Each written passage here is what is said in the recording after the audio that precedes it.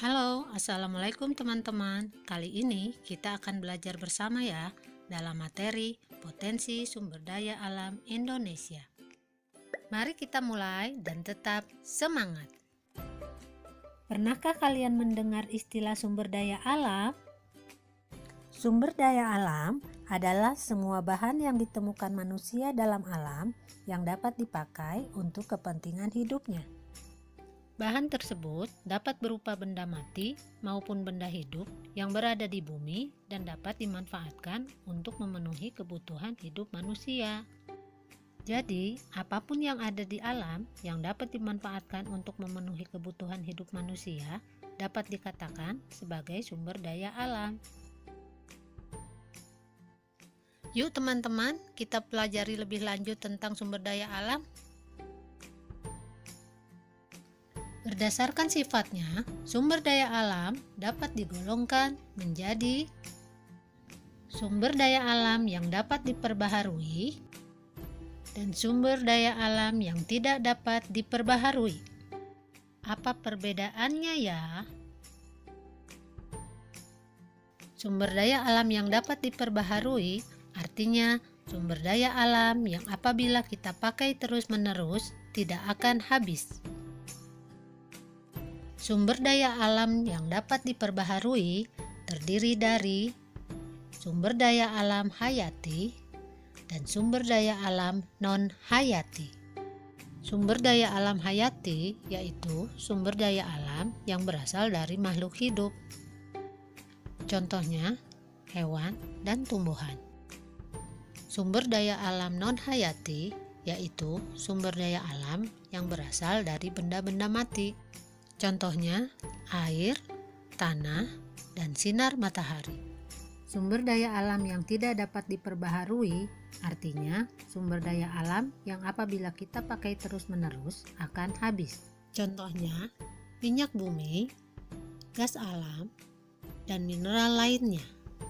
Sumber daya alam yang tidak dapat diperbaharui ini harus kita hemat teman-teman karena proses pembentukannya sangat lama. Berdasarkan lokasinya, sumber daya alam terbagi menjadi sumber daya alam terestris dan sumber daya alam akuatis. Sumber daya alam terestris yaitu sumber daya alam yang terletak di daratan, contohnya hutan, daerah pertanian, dan barang tambang. Sumber daya alam akuatis yaitu sumber daya alam yang terletak di perairan atau laut, contohnya ikan, rumput laut, dan terumbu karang. Ternyata jenis sumber daya alam itu sangat banyak ya teman-teman. Untuk kali ini kita akan membahas tentang sumber daya alam hutan. Hutan adalah suatu wilayah yang memiliki banyak tumbuh-tumbuhan lebat yang berisi pohon, semak, paku-pakuan, rumput, jamur, dan lain sebagainya. Hutan Indonesia memiliki potensi yang sangat besar, yaitu mencapai 99,6 juta hektar atau 52,3% dari luas wilayah Indonesia.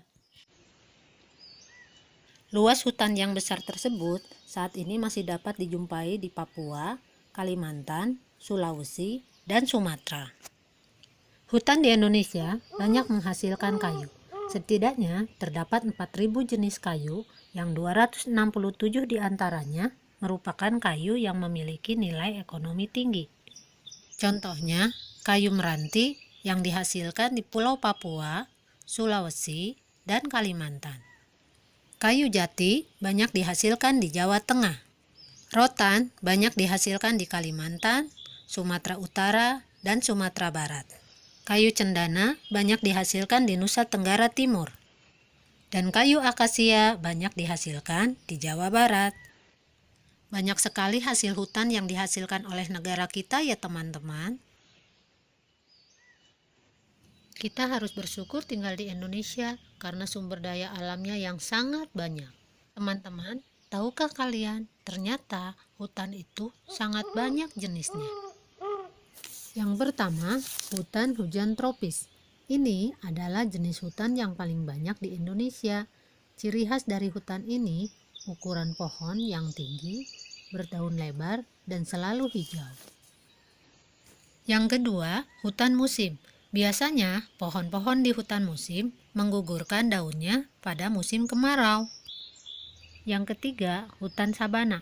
Sabana merupakan padang rumput yang diselingi pepohonan dan banyak terdapat semak belukar.